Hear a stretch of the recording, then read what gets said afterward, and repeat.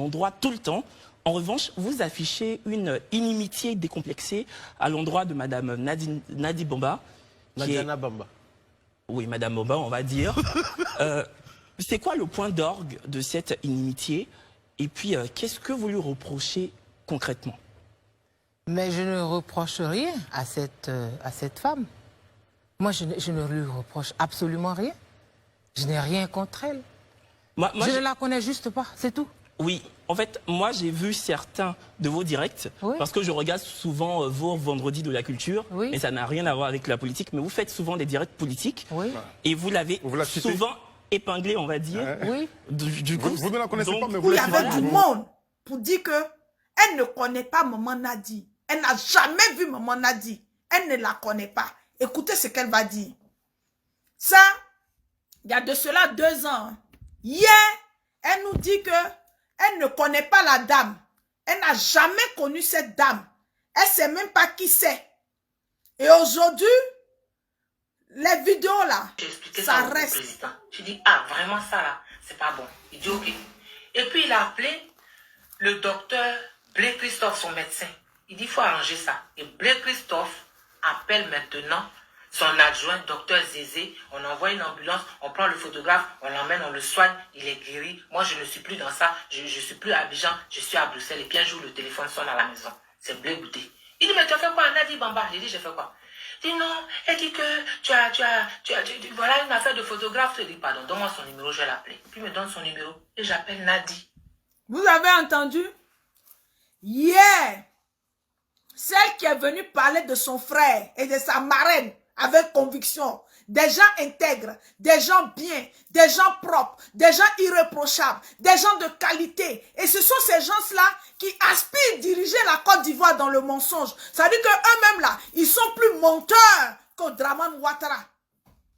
Écoutez bien.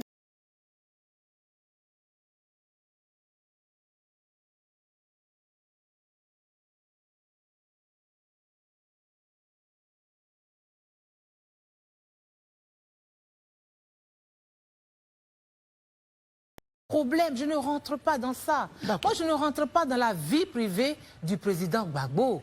Il est avec qui il veut. Il fait ce qu'il veut. Tu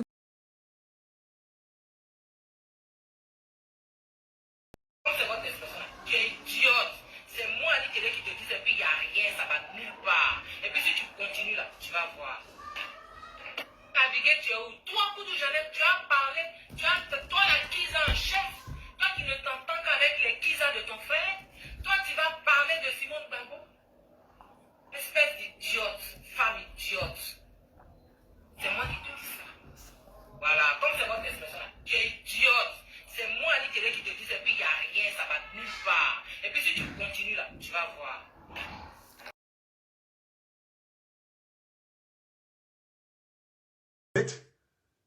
Maman dit, moi je ne te connais même pas. Je n'ai jamais entendu parler de toi.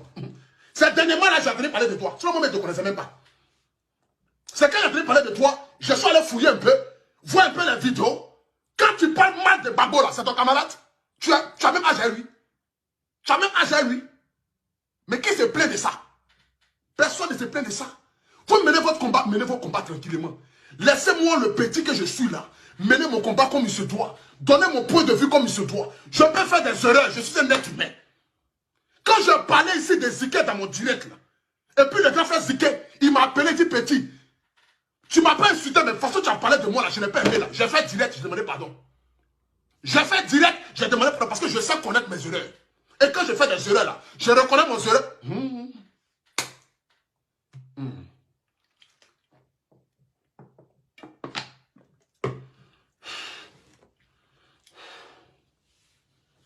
C'est la poitrine qui fait. C'est la poitrine. Pas d'elle. Ne la menez pas à mes bêtises là. Quand je fais vidéo là, si tu veux me parler, maman, à la télé, tu allumes ton téléphone, tu t'adresses à moi tranquillement. Tu me parles et tu en mets bleu bougie dedans. Ben, c'est pas elle qui m'a envoyé sur internet. Là, c'est parle. En tant que les vidéomans, les youtubeurs.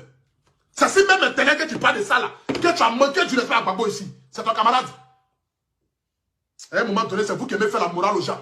C'est vous qui aimez montrer que vous avez un bon côté. Vous êtes bon enfant. Vous avez bonne chose. Vous avez bonne éducation. Vous êtes tellement bien. Vous êtes tellement bien élevé. Tu as parlé de la sexualité des gens ici là. Qui se plaît ici?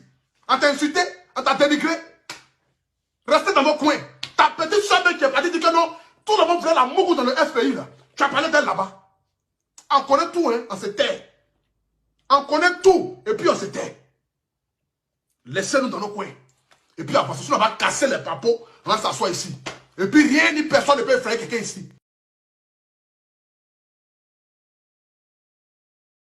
Qu'elle vient s'asseoir sur Live TV.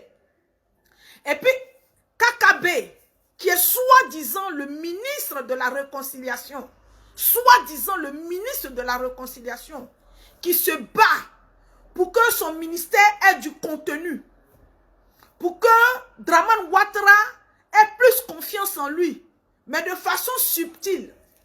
Comme il n'a pas la main de la réconciliation, comme il n'a pas les cartes en main, il se permet, après la rencontre du président Laurent Gbagbo, du président Henri Konan Bédié et du président Alassane Draman Ouattara, KKB se permet de payer le billet d'avion de Annie Kelly, d'être le protecteur de Annie Kelly. Annie Kelly qui devait raser les murs.